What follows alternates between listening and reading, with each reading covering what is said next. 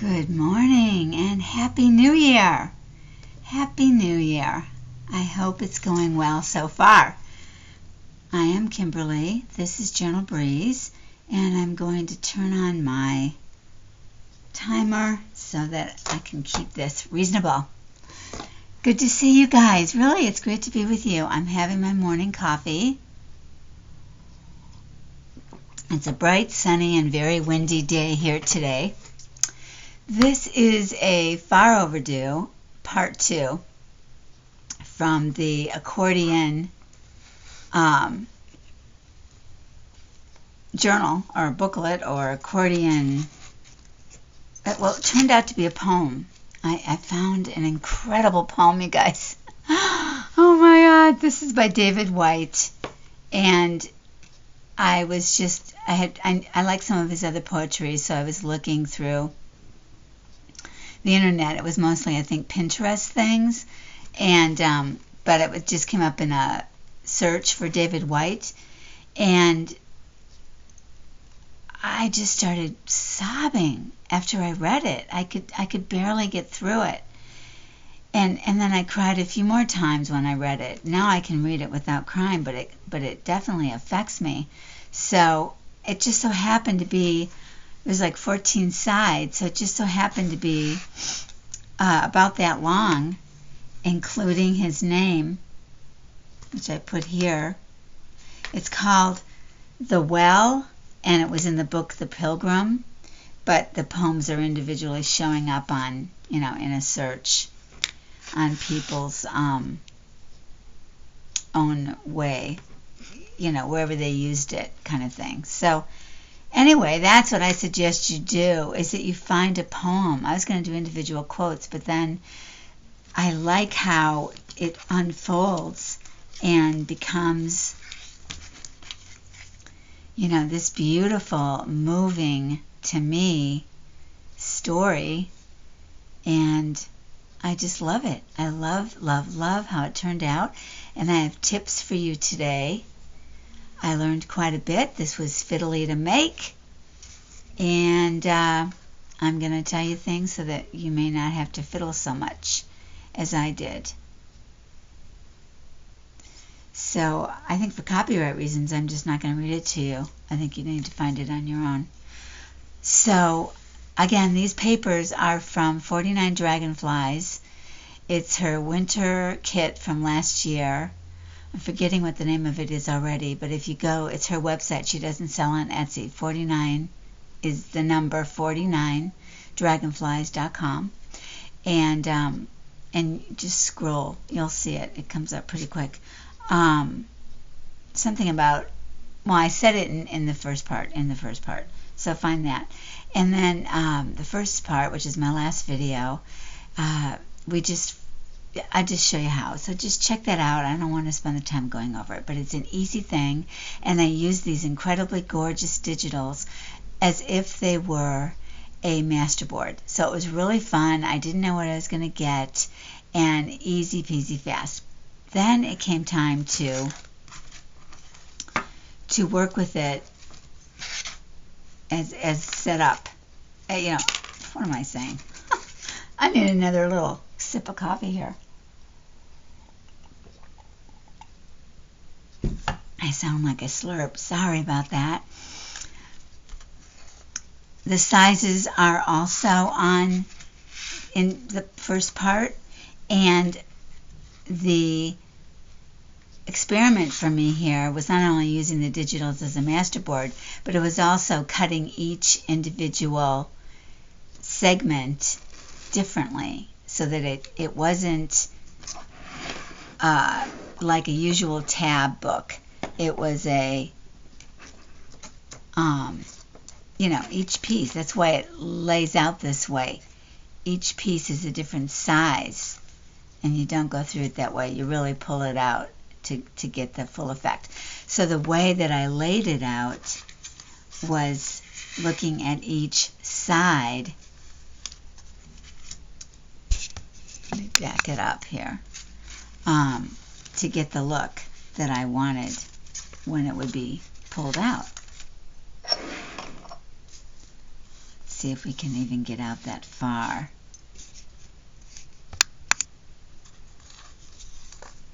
Okay, so you can see little, big, little, big, big, little, big. That's how I laid it out.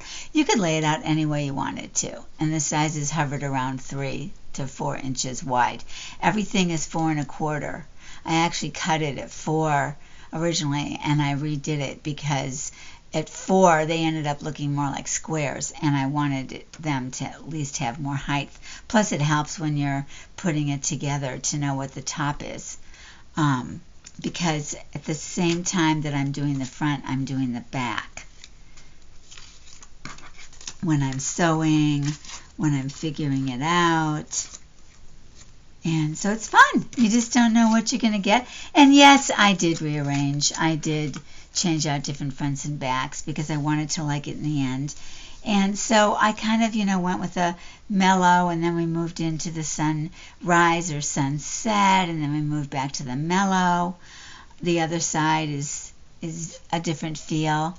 And I had birds, and I feel like these are maybe crows, and this is maybe a raven. I don't know. But just was so moved by this kit from Barbara, and I knew I wouldn't make a journal from it, but being able to use it this way, I just love it. It really is a striking papers. So then what did I do? So what I did, I want to make sure I keep these in order. So let me put these away. And what I do is, you can see, obviously, I put the paper clip on the top of each one, and then I work with each one individually so that they can stay in the order.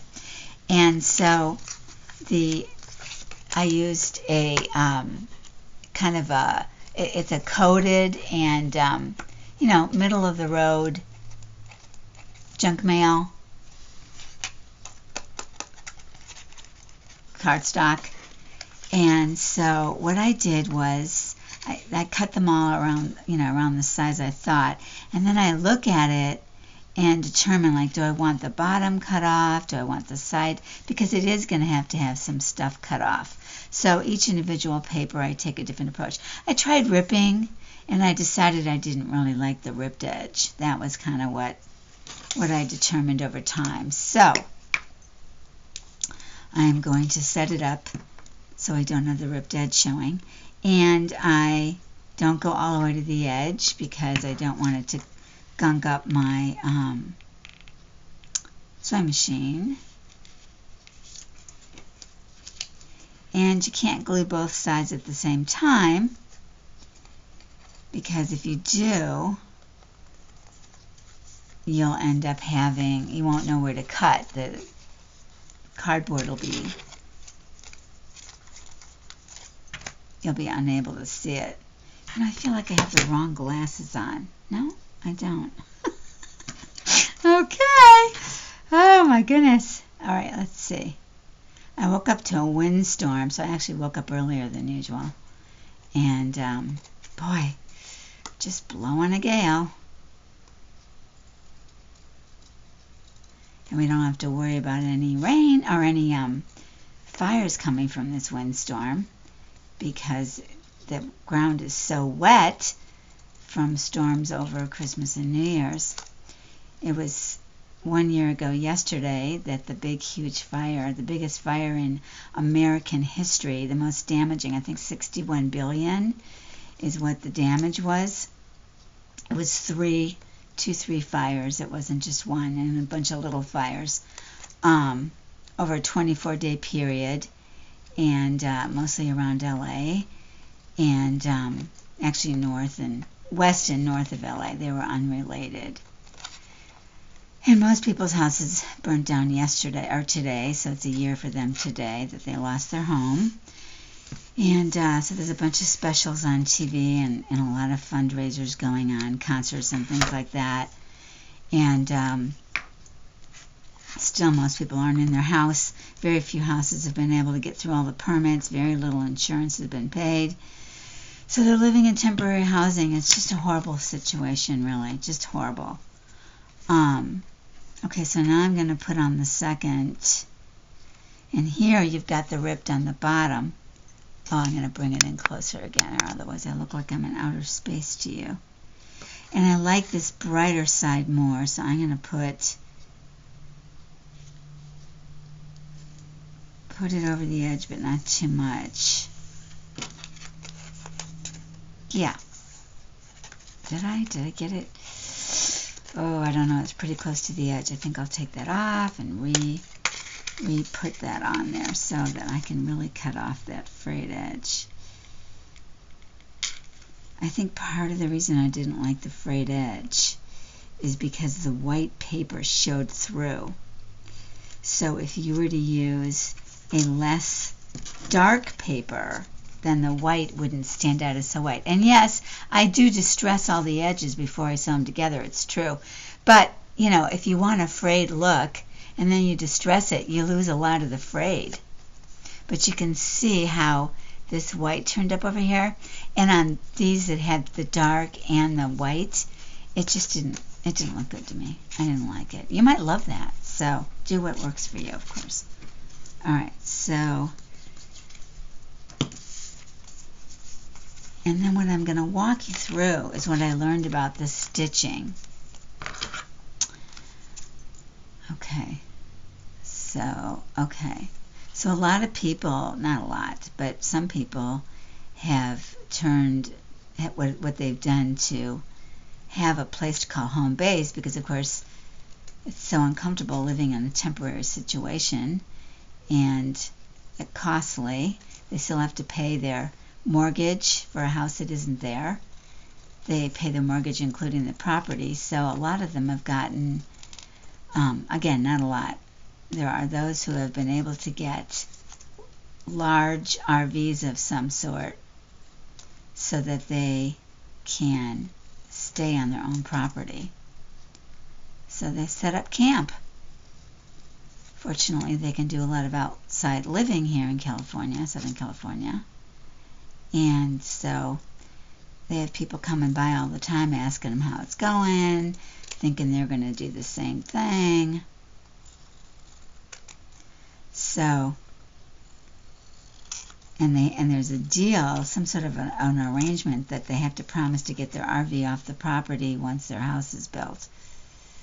So if they have a big enough property, they can stay on there while it's being built, which would be nice, because a lot of times when a house is being built, they make a lot of mistakes. You know, they just don't really follow instructions. I can remember my parents, they built our house, and it had a lot of fireplaces, and my mom had bought special antique wood beams from antique barns and stuff to use as mantles, and we'd go check on the house, and the people would have pushed the mantle all the way back against the wall instead of having it be out like a mantle.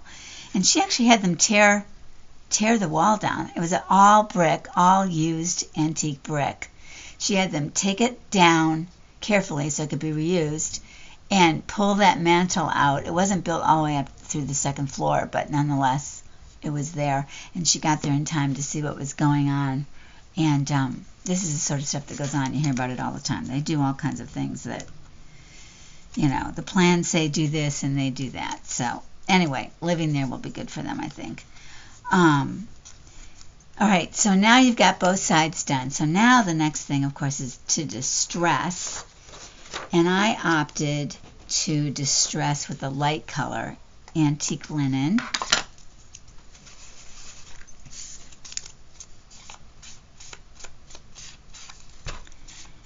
That was straightforward and easy. I actually distressed some edges again after I had sewed. So, I don't know if you've heard this, and I find it interesting, so I'm sharing. I mean, everybody in the world knew about these fires. So, one of them was started by an arsonist. No, both were ultimately, actually, but I don't know if it's the same guy. You know what? It's It's very confusing because they're always giving information. Actually, I think one was started by the electric company and the other was started by an arsonist. One was faulty equipment, and one of those giant towers, electrical towers, started sparking, and there was enough cameras on people's homes that the camera picture took the sparking that was going out up high in the mountains that surround the fire, where I think it was an arsonist. Wow. Okay, so I think the arsonist was in Palos Verdes, which is at the ocean. And then the electric company one was in the Pasadena area. It's called the Altadena fire. And so the fire company went and they thought they put it out. But truth be told, they discovered that it was molding or whatever they call it, just a little bit of too much heat, and eventually 7 days later, that's when the fire broke out, and that was in the Altadena area. So they give that area two names. I forget what the first name is, where it was the fire from the arsonist, and then they thought they put it out, and then it became the Altadena fire, or the Pasadena fire, they call it sometimes. And so that arsonist, maybe he did both. No, he went to Florida. He left town. But I know he lived in Pasadena, in Palos Verdes. Oh my gosh. He went to Florida. They caught him. He's now in jail. So that's so pathetic. That is so hideous that there are people that could destroy so many businesses and lives. And 30 people were killed so that they could light a fire. It is a mental illness. There is a fire starter diagnosis. And they often go back to the scene of the crime. Ugh. So anyway, that's what we're dealing with here in LA, is lots and lots of coverage on what happened and where they're... I'm feeling sick telling you about it. Honestly, it's just so awful to think about the ravaging of so many lives. Ravaged lives. They show single mothers who didn't want to raise their children this way, living in temporary housing, and it's just awful. Okay, so there you go. I'm getting uncomfortable. I'm so sorry. Let me try to focus on what we're doing and not think about this.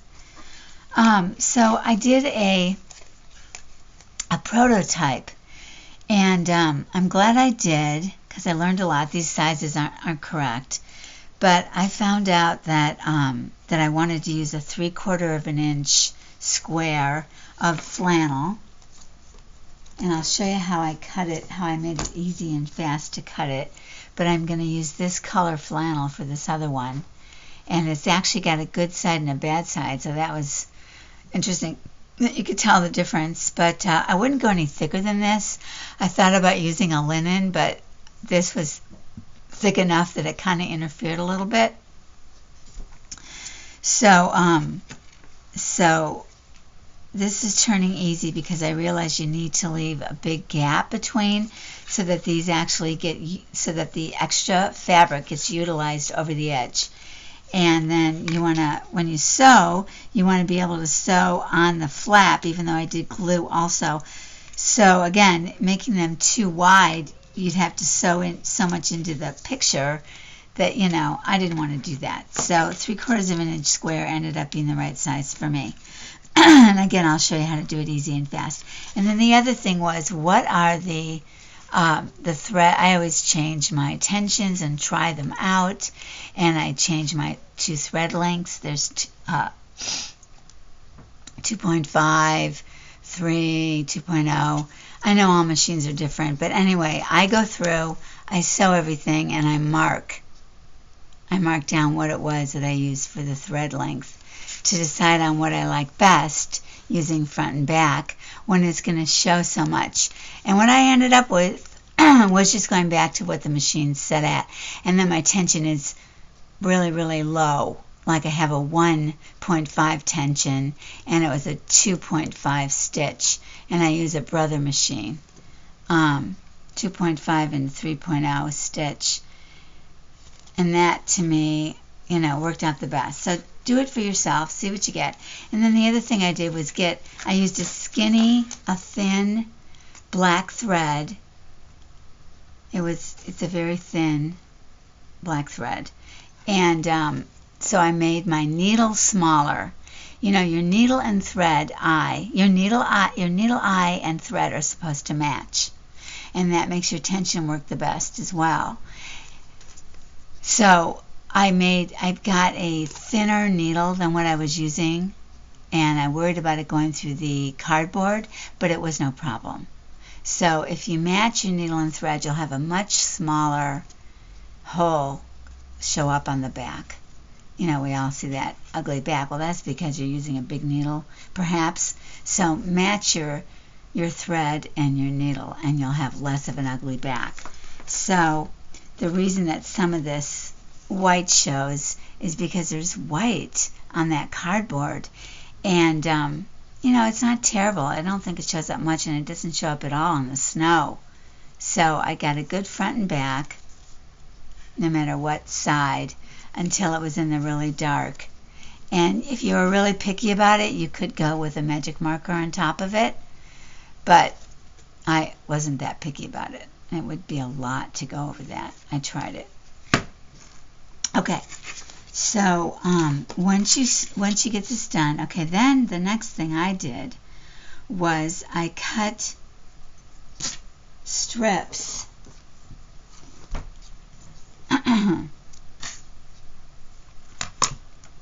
I cut strips of 3/4 inch.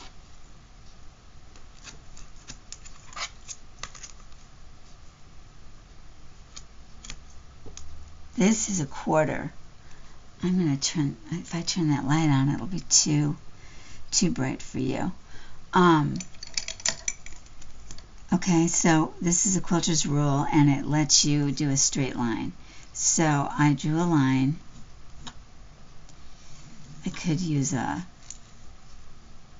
could cut it with a knife as I go, but here's I'm having such a hard time seeing it. Let me see if there's better lines on this side. Yeah. Okay. This ruler is so old, or maybe I'm using the back. Ta-da! Oh my God. It's got a yellow side, so it shows up on some fabrics better, and it's got a dark side. I forgot about that. Okay. So 3/4. 3/4. Okay. And then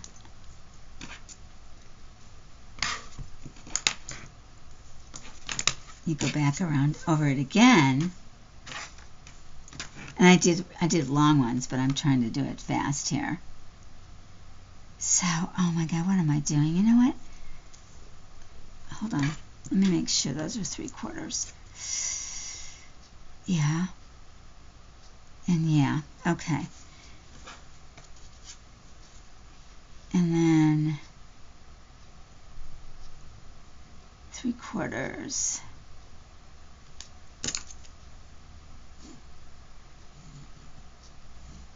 And then you just cut. That didn't show.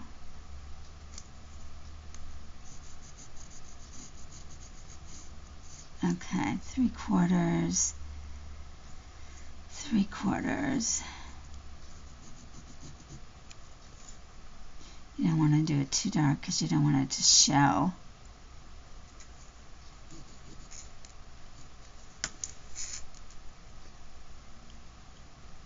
Okay.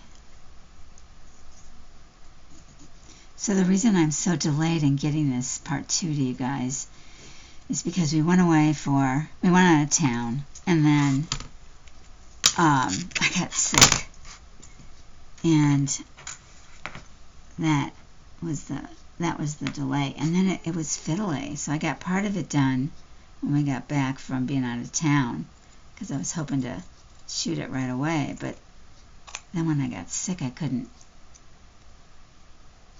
work on it anymore. This is not usable. Okay. That just doesn't look like 3/4. No, it is. Okay. So if you do a long strip, boy, it's hard to see that pencil line. And it doesn't look even. And it's not. Oh, there it is. It's on the other side. Oh, my goodness sakes. Too early. Too early. I gotta tell you. Oh, it's just too early for me. Okay. All right. So I did a long strip so I could get this done faster. Then I laid them all out. Oh, I didn't do number 2. Okay, well, I'm just gonna, for the sake of time. So I put them straight on your mat, and then put the gap. There it already is, a half an hour, so, or 25 minutes. Let me, oh, come on.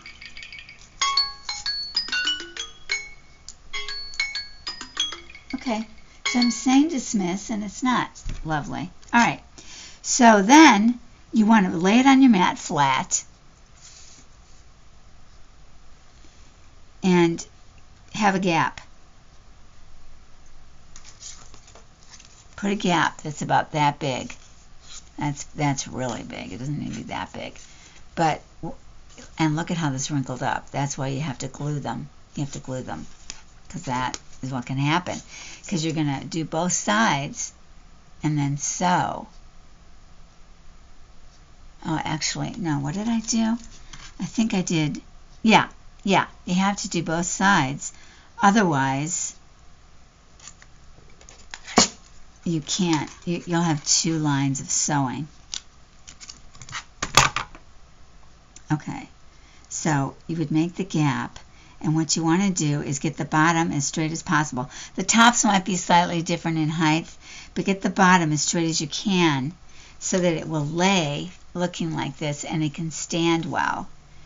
So that's the important part. And then the tops, as you can see, might be slightly different heights, because once you get it sewn, you know, or even when you're cutting down the paper, you might find you have to cut it again. And then you just put, I used this so that it wouldn't stretch the fabric. And make sure, if you're using a fabric that has 2 slightly different sides, the way they look, that you get the same side on the same side. Okay, so this is only slightly different, but it's less fuzzy.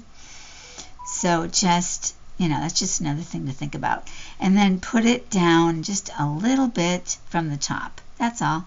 Just a little bit and a little bit from here. Now, actually, I thought on this next one that I'm going to do that maybe I'll make the whole thing in the middle. And plus, that would be less to cut. And I would make it about this wide. It would be a different look. So I think that's what I might do. Like, if I were to use 3, I don't know if that would be too wide, but it's what, 4 1/4. So that would be about 2 1/2. So I don't know. I think the 2 tabs don't look too bad, actually. They're kind of cute. So anyway, so then get it all done. Glue all this side together. Then turn it over, and all you have to do is the tabs. There'll be no more setting it up. So you'll be setting it up the first way, and then flip it over, and then set it up the second way on the second side. And then the sewing together is a little tougher because, again, for me, I didn't want to have a double row. If you wanted to have a double row of sewing, it's still going to be a little tough, because when you are, when you're sewing on one section, the rest has to fit under your sewing machine. So, and I mean, you could stop and start it, but you kind of want it. So here's what I figured out. I ended up sewing after finding out it was problematic the whole way, okay? The whole way on one side, and then the whole way I turned it around, and I started from this side, and I sewed it the whole way on that side. And then I just went down each side, okay? I sewed quite a few where I could do two sides. I mean, I did as much as I could going around the square and stopping and then going around the next. But then I realized in the middle, that's when the problems were starting with it bunching up at the end. So some are sewn around and some aren't. So, depending on what kind of machine you have and what your space is there, and maybe your middle material isn't as stiff as mine. Maybe you don't mind bending it. But that took a little time. And then again, it was good to glue these tabs. I went back and glued the edges because I actually didn't want the stitching to be as far in as it would require. So I found that I was just going back and doing things. So this next one, I'm just going to glue it more fully in the first place, and then I won't have that problem. Also, I recommend that you glue the whole area. Like I take my glue and I go here, here, here. I don't want to do it, but I actually glue, glue, glue, glue, glue, and then I do the other one, glue, glue, and then I lay my piece down so that I don't have to go back and stick the glue in and that kind of thing. So otherwise, what tends to happen is when you're sewing, the back, as I showed you, gets bunchy, and obviously that's not good. All right, and then I used a lightweight cardstock, the type Michael sells, and what I do is I printed my poem out, and I put a number by each. I put a little number with pencil by each line, and then I sliced the lines with my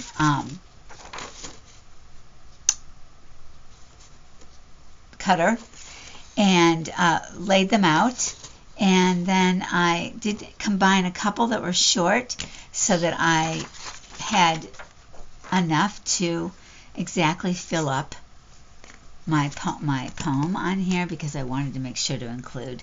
It was David White from The Well. It's called The Well in Pilgrim.